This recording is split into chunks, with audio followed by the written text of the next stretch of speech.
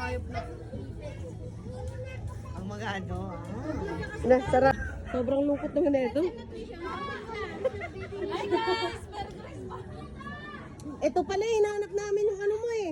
Naka-office si Nino. Nakikita ka. Vlog ko muna kanina kahit wala pa si Hindi naman kasi busy talaga to. Kanina pa yung tinututok lagi. Nasa taas si Don eh. Ayun niya nga kasing kamukha siya ni Linda. Siya nga si Rochelle Baga. Siyempre, pag wala kang binigay, naka-video ka.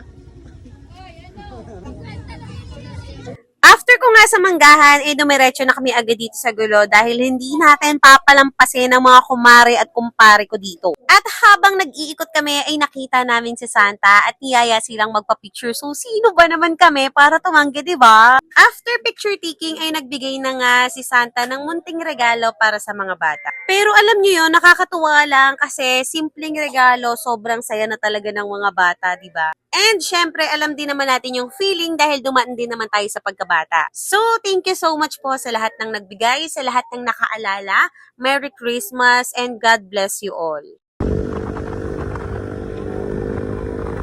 ang sinusuot ko, madalang bang.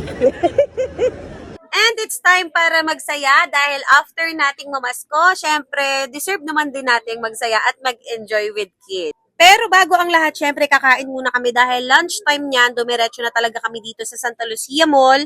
And dito na kami nag-lunch sa Jollibee lang naman dahil doon bida ang saya. Habang pabalik kami papunta sa World of Fun, nakita namin tong Princess, kaya nagpa-picture muna ang dalawang tiyanak na kasama namin.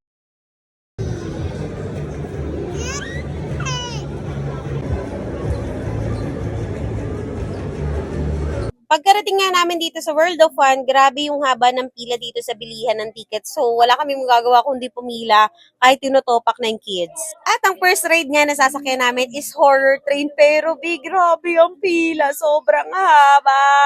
At habang nakapila nga kami, nakita namin tong mga OA naming pamangkin. Ay, bakit nandito sila? Ay! So, ito na yung next ride na sinakyan nila, yung carousel. And after that, wala na, naglaro na lang kami dahil may token naman kami. And nakakapagod pumila, sobrang haba.